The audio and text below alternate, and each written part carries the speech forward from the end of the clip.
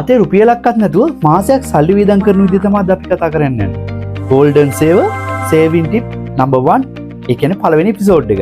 ඉතින් මේක කොහොමද කරන්නේ? ඇත්තටම මේකත් අර සල්ලි හිර වෙනවද? එහෙම නැත්නම් ඔන්ලයින් ලෝන් එකක් අරගෙන සල්ලි වියදම් කරනවා වගේ දෙයක්ද? එහෙම නැත්නම් ලොකු පොලි ගෙවන්න ඕන වගේ දෙයක්ද? නෑ. මේක වෙනමම දෙයක්. හරියට කරන විදිහ තමයි අද කියලා දෙන්න යන්නේ. අද අපි කතා කරමු ක්‍රෙඩිට් කාඩ් හරියට පාවිච්චි කරන්නේ කොහොමද කියලා.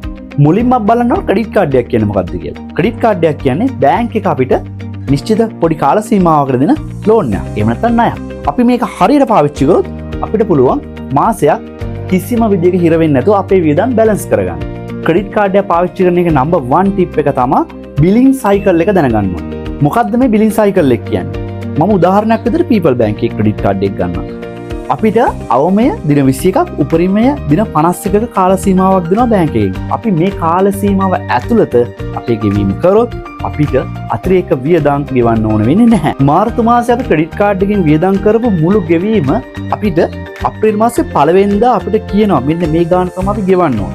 ඉතින් දින 21ක් කියන්නේ අප්‍රේල් මාසේ 21 වෙනකන් අපිට කල් තියෙනවා පොලියක් රහිතව අපිට මේක ගෙවන්න.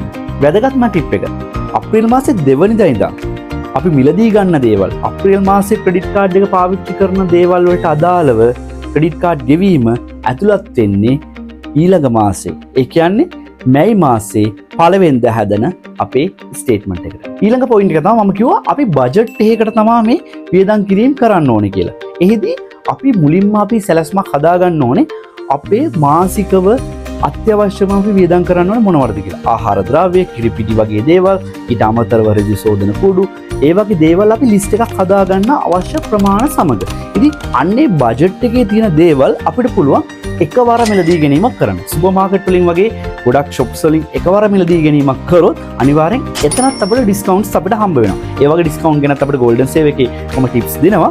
ඒ වගේ අපි බජට් එකකට එකවර මිලදී ගැනීමක් කරොත් අපිට එතනත් ඉතුරුවක් ගන්න පුළුවන්. සාමාන්‍ය බැංක් එක අපිට දින 45ක කාල සීමාවක් දෙනවා ලාස්ට් බිලින් සයිකල් එකට දාලා ගෙවීම කරලා ඉවර කරන්න. හැබැයි මේ වගේ දෙයක් තියෙනවා. ගෙවීම කරද්දී අපිට සමහර ලාවට ගෙවා ගන්න බැරි වෙනවා අපි වියදම් කරපු සම්පූර්ණ මුදල. ගොඩක් කට්ටිය ඒ වෙලාවට කරන්නේ ක්‍රෙඩිට් කාඩ් එකට සල්ලි දාන්න නැතුව පැහැර හරිනවා. එහෙම නැත්නම් අපිට හැකි මුදලක් අපි දාලා නිකන් ඉන්නවා. ඒත් අනිවාර්යයෙන්ම බැංක් එකට කතා කරලා දැනගන්න අවම ගෙවීම මම කීයක් කරන්න ඕනද කියලා. උදාහරණයක් විදිහට ලක්ෂයක වියදම් කිරීමකට සමහරට රුපියල් 35000ක් වගේ අවම ගෙවීමක් කළොත් අතිරේක ගාස්තු වලින් අපිට මිදෙන්න පුළුවන්. ඒ වගේම වැදගත් පොයින්ට් එකක් අනිවාර්යෙන් ක්‍රෙඩිට් කාඩ් එක පාවිච්චි කරද්දී බැංක් එකට කතා කරලා දැනගන්න අතිරේක කන්ඩිෂන්ස් ටර්ම්ස් මොනවද තියෙන්නේ කියලා. ඒක අනිවාර්යෙන් අපි කතා කරලා දැනගන්න ඕන දෙයක්. අතිරේක බැංකු ගාස්තු තියෙනවද? පාවිච්චි කරන වාර ගානනුව වැඩිපුර කැපෙනවද? ඒ දේවල් අපි අනිවාර්යයෙන්ම ටර්ම්ස් ඇන්ඩ් කන්ඩිෂන්ස් අපි බැංක් එක කතා කරලා දැනගන්න ඕනේ.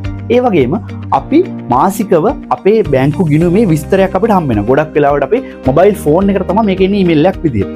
ඉතින් අනිවාර්යෙන් අපි ඔක ස්ටඩි කරන්න. ගොඩක් කට්ටිය මේ දේ කරන්නේ නැහැ. ඒක අනිවාර්යෙන් කළ යුතු දෙයක්. හේතුව තමයි අපිට මේ ස්ටේට්මන්ට් එක ස්ටඩි කරද්දී අපිට බලා ගන්න පුළුවන් අතිරේකව මොනවා හරි වියදම් අපෙන් අය කරගෙන තියෙනවද? අතිරේක ගාස්තු, සේවා සැපීමේ ගාස්තු. අපිට හඳුනා නොගත් මොනවා හරි ගාස්තු තියෙනවනම් බැංකයත් එක්ක කතා කරලා ඩෙන්ටිෆයි කරගන්න පුළුවන්.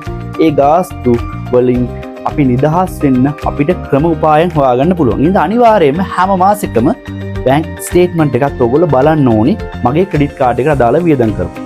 ඊට අමතරව ඔයාට ස්ටේට්මන්ට් එක අපි ක්‍රෙඩිට් කාඩ් එකට දාලා ස්ටේට්මන්ට් එක ඔයා බලද්දී ඔයාට පේනවා මම වියදම් කරලා තියෙන්නේ මොනවටද? අනවශ්‍ය වියදම් කපා හැරීම මගිනුත් ඔයාට පුළුවන් ඉතුරු කිරීමක් කරගන්න. ඒ වගේම අනිවාර්යෙන් බැංක් එකට කතා කරලා දැනගන්න ඇනුවල් චාර්ජස් මොනවද තියෙන්නේ කියලා. ඇනුවල් චාර්ජස් ගැන අප්ඩේට් ලා ඉන්නේ ගොඩක් වැදගත්. මොකද අවසාන ගෙවීම් සයිකල් එකකදී ඔයාට ඇනුවල් චාර්ජස් එක තමයි ගෙවන්න වෙන්නේ. එතකොටත් ඔයා හිර වෙන එකෙන් වළකින්න පුළුවන්. ක්‍රෙඩිට් කාඩ් එක පාවිච්චි කරනවා කියන එක ගොඩක් නරක දෙයක්ද? අපිව ෆයිනෑන්ෂියල් හිර වෙන දෙයක්ද? ඇත්තට මෙහෙම හිතන්න අපේ අතේ නැති මුදලක් අපිට වියදම් කරන්න අවස්ථාවක් තියෙනවා.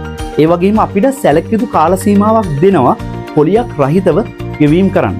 හරියට සැලැස්මක් ඇතුව වැඩ කරොත් අපිට පුළුවන් නම් අපේ වියදම් මැනේජ් කරලා හරියට ක්‍රෙඩිට් කාඩ් එක පාවිච්චි කරන්න ඇත්තටම හිතා ගන්නවත් බැරි තරම් වටිනා ඔපචුනිටි එකක් තමයි අපිට තියෙන්නේ. ඊට අමතරව ගොඩක් වැදගත් කාරණයක් තියෙනවා.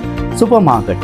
ඊට අමතරව අපි හොටෙල්ස් වල නතර වෙන්න යනවනම් ගොඩක් විශේෂ ඔෆර්ස් හම්බෙනවා අපේ ක්‍රෙඩිට් කාඩ් එකෙන් කරන ගෙවීම් වලට. අපි හැම වෙලේම යම් කිසි වියදමක් දරනවා නම් අපි හොයලා බලන්න ඕනේ. පොඩි රිසර්ච් එකක් කරලා බලන්න මගේ ක්‍රෙඩිට් කාඩ් එකට අදාළව මට ගන්න පුළුවන් ඩිස්කවුන්ට් ඔෆර්ස් මොනවද කියලා. ඉතින් අන්නේ හරි ඩිස්කවුන්ට්ස් හරි විදිහට ඇප්ලයි කරොත් එතනිනුත් 100ට 20ක් 30ක් 40ක් නෙවෙයි සමහර හොටෙල් ඔෆර්ස් හම් වෙනවා 100ට 50ක් දක්වා. ඉතින් හරි විදිහට ඔෆර්ස් පාවිච්චි කරොත් පොකට් එක ගොඩක් හොඳට ඉතුරු කරගන්න පුළුවන්. මේ අතරේ එක ටිප් එකක්. අපි සමහර ලාවට ක්‍රෙඩිට් කාඩ් එක පාවිච්චි කරලා මොබයිල් ෆෝන්ස් එහෙම නැත්නම් ලැප්ටොප් වගේ දේවල් මිලදී ගන්නවා. ඉතින් මෙන්න මේ වගේ එකවර ක්‍රෙඩිට් කාඩ් එකෙන් ලොකු මුදලක් යට කරන අයිතමයක් අපි මිලදී ගන්න වෙලාවට අපි අනිවාර්යයෙන් වාරික ගැන හරි දැනුවත් වීමක් වෙන්න ඕනේ. නැත්නම් හැම මාසෙම ක්‍රෙඩිට් කාඩ් එකෙන් අපි ගෙවන්න තියෙන වාරිකය හරියට ප්ලෑන් කරලා ඒ මුදල අපේ ආදායමෙන් වෙන් කරන්න ඕනේ. එහෙම කරොත් අපිට අතිරේකව ගෙවන්න වෙන පොලි මුදල් මගේ හැරගන්න පුළුවන්. ඉතින් ක්‍රෙඩිට් කාඩ් එක කියන්නේ අතේ මුදල් නැතුව වියදම් කළමනාකරණය කරගන්න පුළුවන් හොඳ මෙවලම. අන්න ඒක හරි විදිහට පාවිච්චි කරන්න. හරි විදිහට පාවිච්චි කරොත් ඔයාගේ ෆයිනෑන්ෂියල් ෆ්‍රීඩම් එක හිතනවට වඩා හොඳ විදිහට ගන්න පුළුවන්. මේ වගේ දේවල් ගැන කතා කරන්න ගෝල්ඩන් සේවත් එක්ක එකතු වෙන්න ඊළඟ එපිසෝඩ් එකෙන් අපි හම්බ වෙමු.